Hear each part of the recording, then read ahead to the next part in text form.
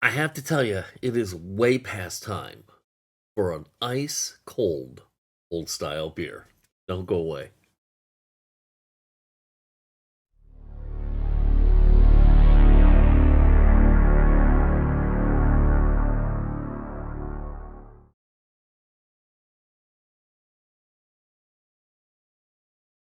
Hello, everybody, and welcome to Fat Guy Productions. I am Paul, coming to you as always from beautiful Las Vegas, Nevada. And today we're going to work on a custom vehicle. We're going to do a little spin off of it based on old style beer. It's going to be a lot of fun, so let's get to it.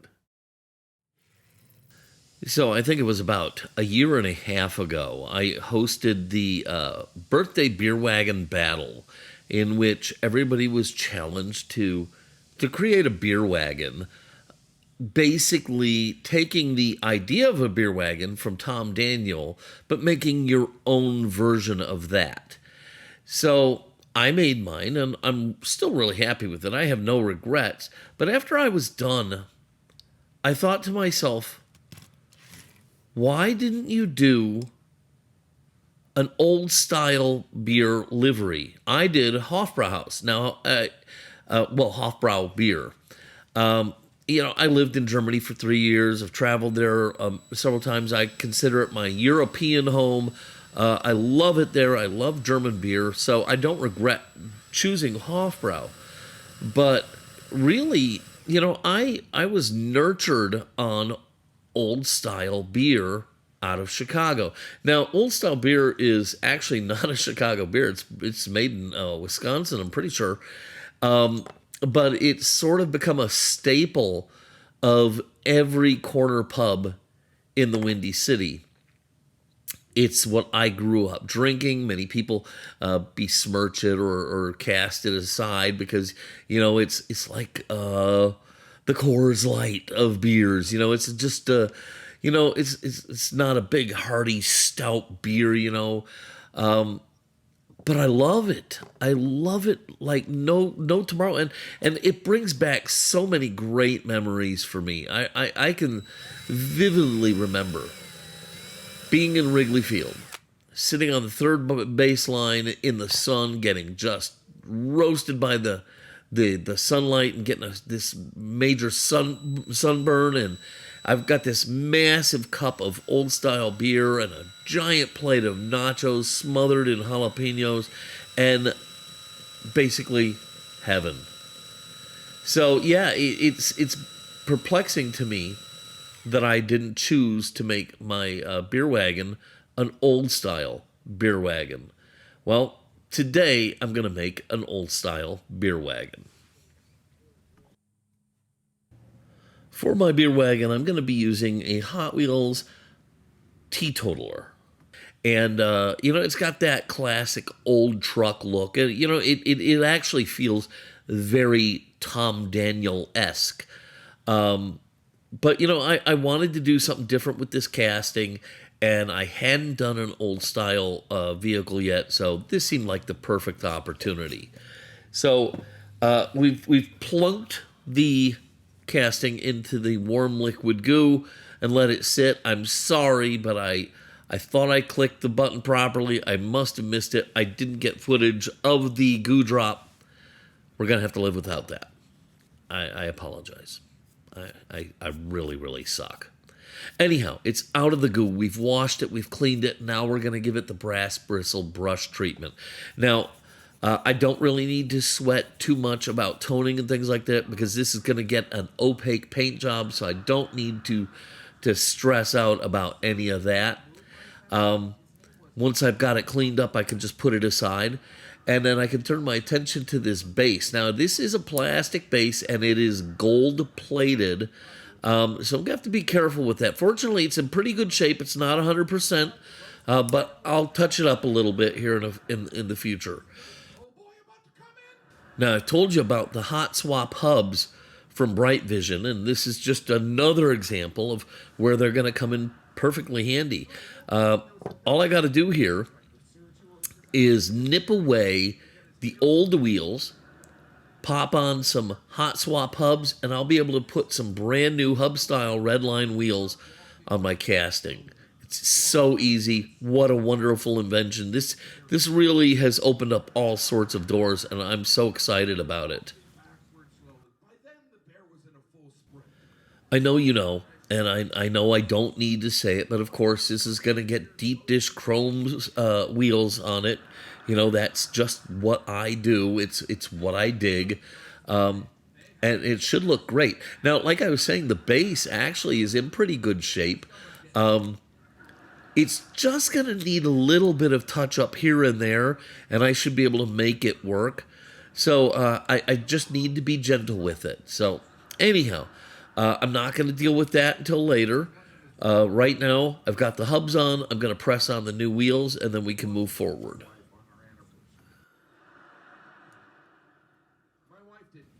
So like I said, the base will need some work, but for right now, I just wanted to get the wheels on it, and we'll put it aside. Next, I'm going to pay attention to the motor, because it's a prominent piece on this casting. And unlike the body, I really need to kind of make sure that this shines up pretty nicely. With the body, I didn't really need to worry about it, because like I said, it's going to get an opaque paint job, but the motor is going to stick out. So it's going to have to get the whole treatment. It's going to get the brass bristle brush. It's going to get the Flitz and the rotary tool and some polishing, some Renaissance wax. You know, it's got to get the whole shebang, because I really need it to shine. You know, so basically what we're going to have is we're going to have a white vehicle with a really polished silver accents and this gold chromed base. And it all needs to look right and really sing. So, you know, I'm going to have to put a lot of elbow grease into this motor, more than you normally would. So once I have the motor polished up using the Flitz and the rotary tool, I'll just kind of buff it all nice and clean using a microfiber towel. And then to apply the Renaissance wax, all you got to do is just kind of scoop some up on your fingertip and just kind of smear it in there. Make sure you work it down in all the nooks and crannies, because you don't want those to start to tarnish later in life. So you just got to kind of really work it in everywhere. And then when you're done, you're just going to buff it off again using a microfiber towel and give it that final shine.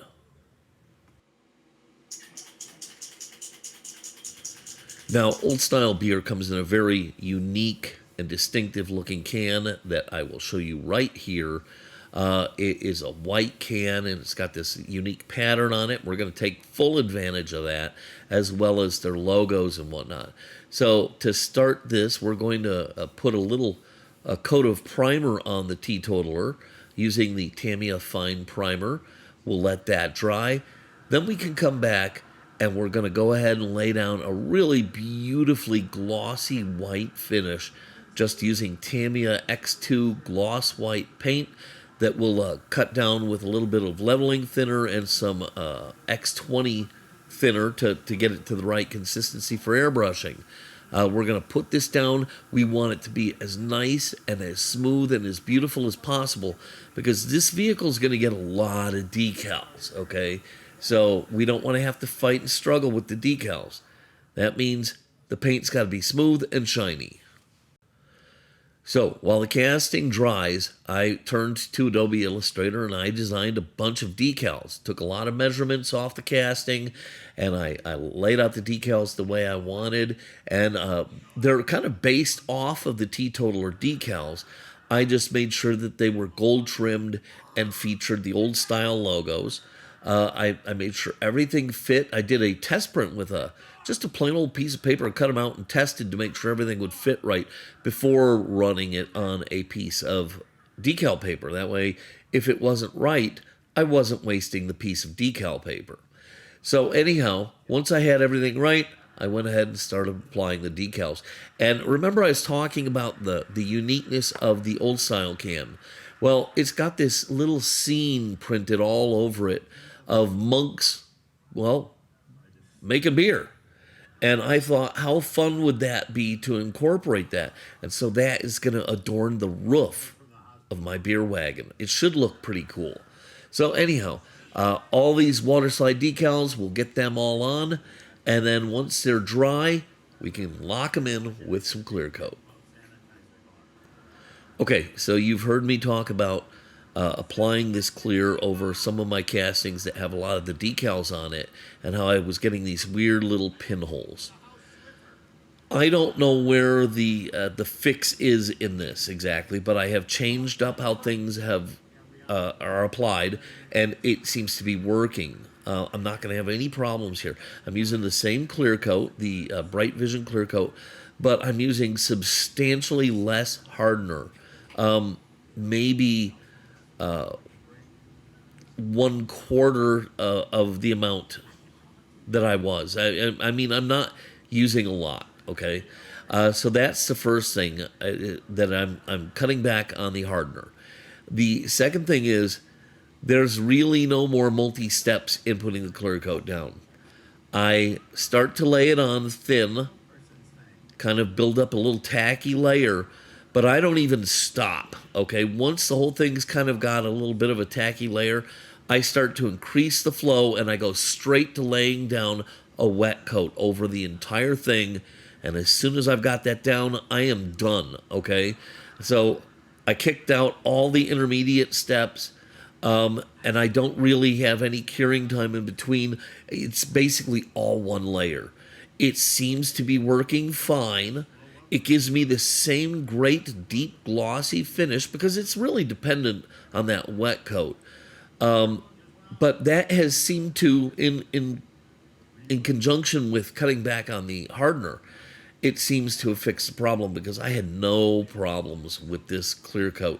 And I got to be honest, I was a little worried. I really was. I was a little worried about how this was going to come out. It came out fantastic.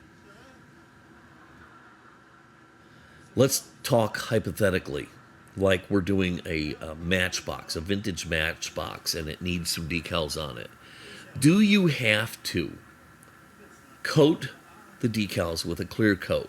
Because here's my philosophy. When I use the Tamiya paints on a matchbox, if I put them down right, it looks really authentic to the original finish of the matchbox, okay, without any clear coat on it. And the answer to do I have to clear coat over it is no. Because the clear coat makes it not look authentic. So if you're going for a legit restoration on a matchbox and you don't want to put clear coat over it, you don't have to.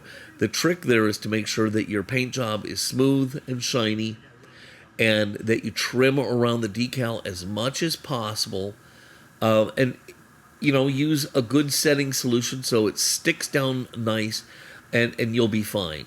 But for my customs and stuff, I gotta use the clear coat. I'm addicted to it. It's like, a fix for me to put that clear coat down. I love it. Once these are dry and I can sit there and look at them, it's almost like looking at little gems, and I just love it, and I have to do it. But no, I don't like to do it on matchboxes. So the answer to the question is, do you have to lock down decals on matchbox cars with clear coat? And the answer is no.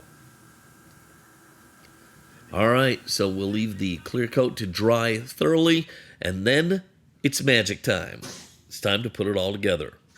This is what we all wait for, this moment when we can start to put it together and see how everything came out. Now, I'm going to go ahead and get all this together. The base drops in, the motor drops in, the base screws on, and we're pretty much done. And all I'm going to do on the base is I'm going to paint the big giant headlights silver after kind of filing them smooth because they were a little chewed up.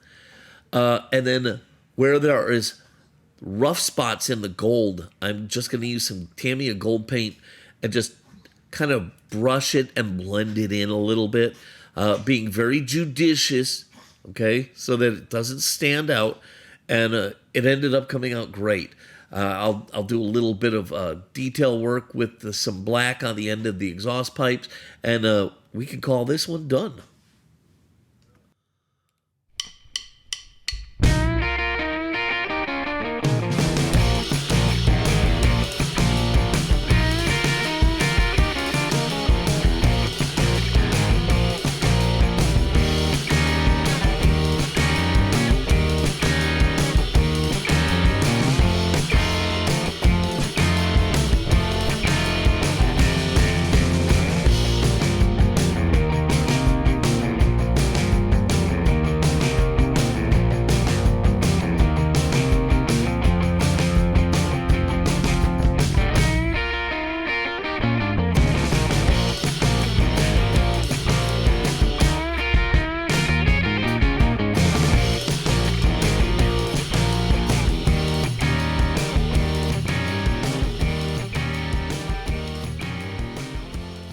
Well, folks, there it is. My teetotaler sporting old style graphics. I love this thing. This is going to be one of my all-time favorites for sure. It came out fantastic. It's a beer I grew up loving and still love to this day, even though I can't get it. Yeah, it just came out fantastic. I'm so happy with the way that worked out. I hope you loved it too. If you did, please give this video a giant thumbs up, click subscribe, and don't forget to click the notification bell so you never miss one of my eclectic diecast videos. As always, if you have any questions or comments, leave them down below. I love to hear from you guys. Okay, that's going to do it for today. I'm going to get out of here and go somewhere quiet and sit there and fantasize about a nice, big, cold, old-style beer. Until next time, this is Paul from Fat Guy Productions, saying be good.